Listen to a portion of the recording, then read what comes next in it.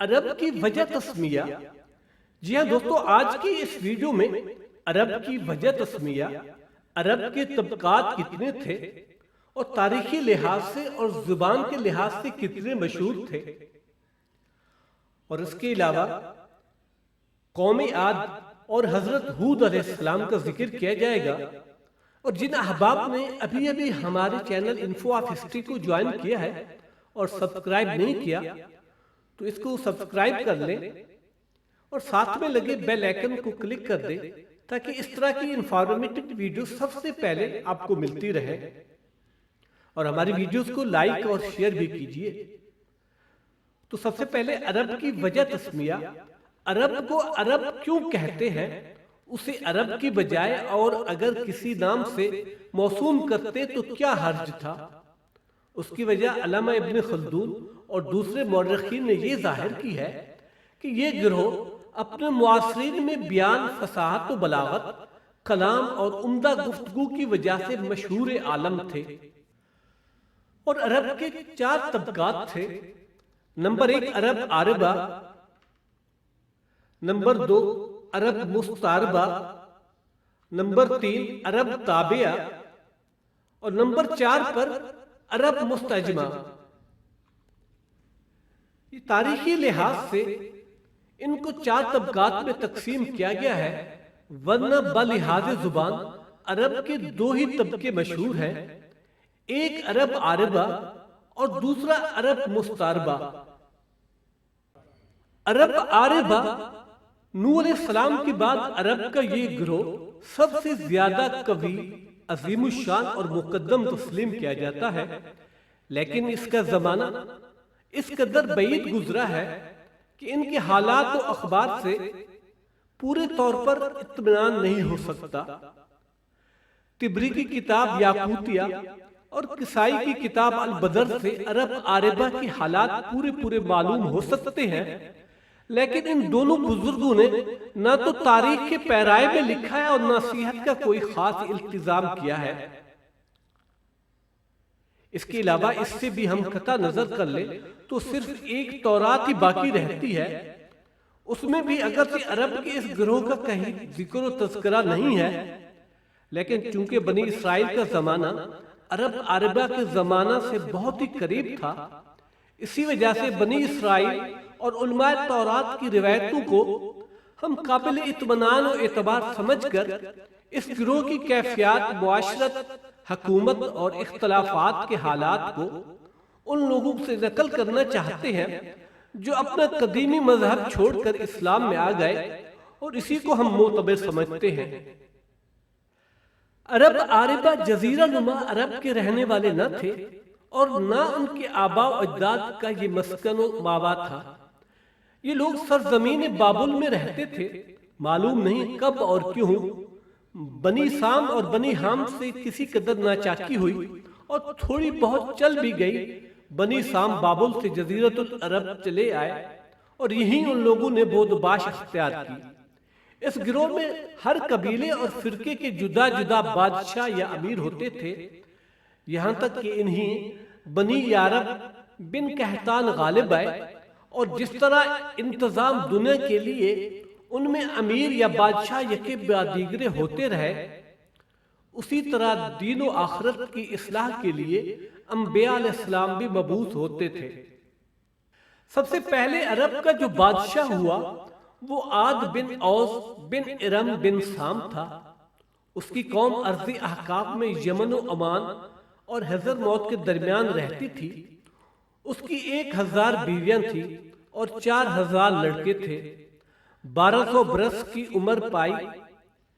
بہقی روایت کرتا ہے کہ اس کی عمر صرف 300 برس کی ہوئی۔ عاد بن اوس کے بعد اس کے 3 لڑکے شداد، شدید، ارم یکے بعد دیگرے سلطنت و حکومت کرتے رہے۔ مسعودی کا بھی یہی خیال ہے کہ شداد عاد کے بعد بادشاہ ہوا اور ممالک شام و ہند، عراق کو اس نے فتح کیا۔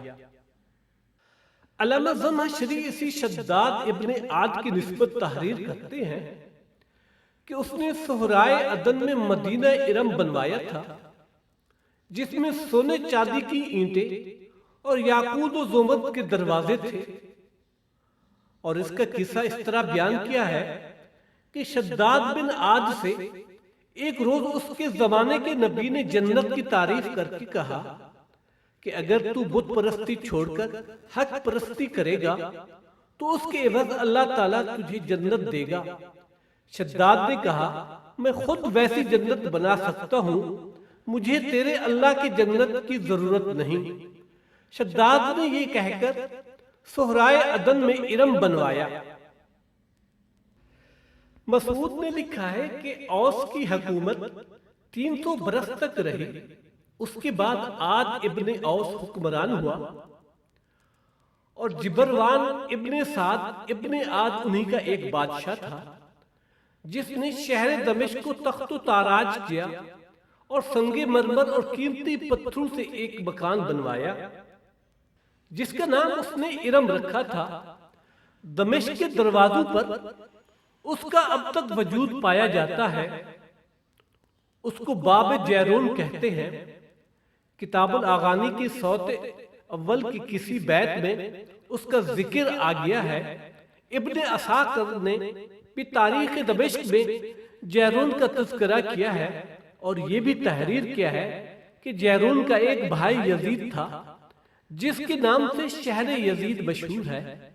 یزید اور جیرون دونوں سعد بن لقمان بن عاد کے بیٹے ہیں۔ انہی دونوں کے سبب سے باب جیرون اور نہر یزید مشہور ہوئی ہے، اور صحیح یہی ہے کہ باب جیرون سلیمان علیہ السلام کے غلاموں میں سے ایک کے نام پر زمانہ بنی اسرائیل میں موسوم ہوا جو ان کے زمانہ حکومت میں موجود تھا۔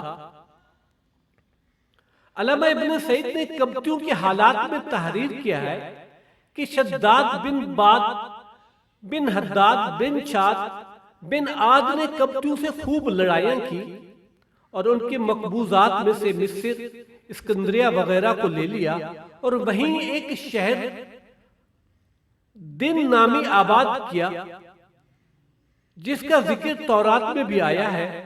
پھر جب وہ انہی لڑائیوں سے ہلاک ہو گیا تو کبتیوں نے اپنے بھائی بربریوں اور سودانیوں کو جمع کر کے عرب کو مصر سے نکال دیا اور مصر کو بطور اپنے مقبوضات میں داخل کیا۔ کچھ عرصے بعد شامت اعمال سے جب اس گروہ کے اقبال نے ان سے منہ پھیرنا چاہا تو ان میں بت پرستی پھیلنے لگی۔ رفتہ رفتہ اس قدر بت پرستی عام ہوئی کہ ہر کوئی لکڑی پتھروں کے بتوں کی پرستش کرنے لگا، معبود حقیقی کو بالکل بھلا دیا۔ اپنی قوت اور توانائی پر ایسے نازاں ہوئے کہ سمجھانے سے بھی سمجھنے کی امید ان سے کم کی جاتی تھی۔ اللہ جل شانہ نے انہی میں ہود بن عبداللہ بن ربا بن خلود بن عاد کو نبوت عطا فرمائی۔ بعض نصابین نے ہود علیہ السلام کا سلسلہ نسب اس طرح بیان کیا ہے کہ ہود علیہ السلام عابر کے بیٹے تھے اور عابر شالح کے اور شالح ارفخشد ابن سام کے لڑکے تھے۔ ایک مدت تک یہی قوم علی الاستثال تخت نشین حکومت و سلطنت رہی۔ ان میں یارب بن قحطان غالب آیا اور یہ قوم حضر موت کے پہاڑوں میں چلی گئی اور ان کا زمانہ ختم ہو گیا۔ صاحب زجاج نے لکھا ہے کہ ان کا بادشاہ عاد بن وکیم بن عاد اکبر وہی ہے جو یارب بن قحطان سے لڑا تھا۔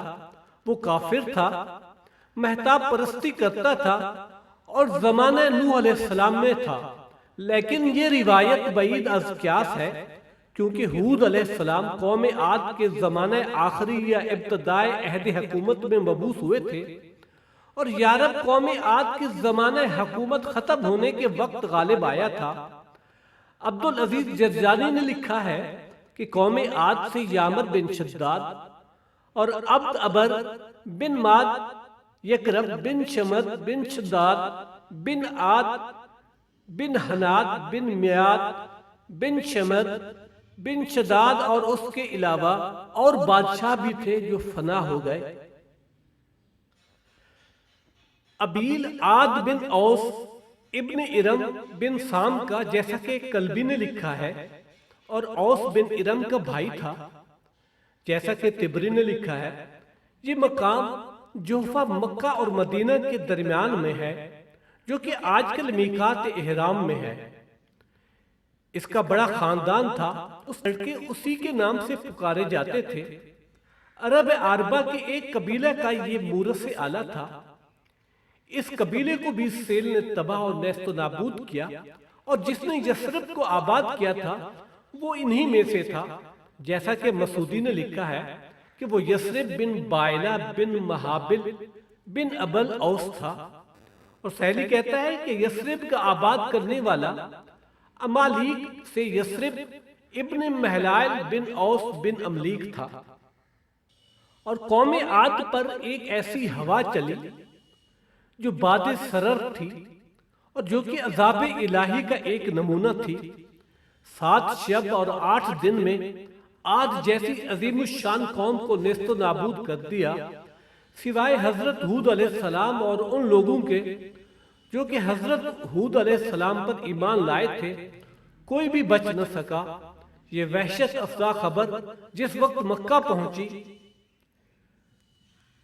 مسجد اپنے ہمراہیوں سے ایمان لانے کے لیے کہا، لیکن شامتی ہمراہیوں نے ایک زبان ہو کر جواب دیا کہ اگر یہ خبر صحیح ہے تو قوم کی ہلاکت کے بعد زندگی کس کام آئے گی؟ یہ خیال ابھی تمام نہیں ہونے پایا تھا کہ ہوا کے ایک سخت جھونکے نے ان لوگوں کو بھی پہاڑ سے نیچے پھینک دیا۔ عبد زخم ارض طائف میں رہتے تھے، یہ بھی انہی لوگوں کے ساتھ ہلاک ہوئے جو کہ کفر و الحاد میں ڈوبے ہوئے تھے۔ ان لوگوں کی عمریں بہت بڑی ہوتی تھیں، قوت اور جسامت میں بے مثل تھے۔ سب سے پہلے جس نے عربی خط لکھا تھا وہ یہی عبد زخم بن ارم بن سام تھا۔ تو دوستو، آج کی ویڈیو کا اختتام یہاں پر ہوتا ہے۔ ہماری ویڈیوز کو لائک اور شیئر کیجیے۔ شکریہ، والسلام۔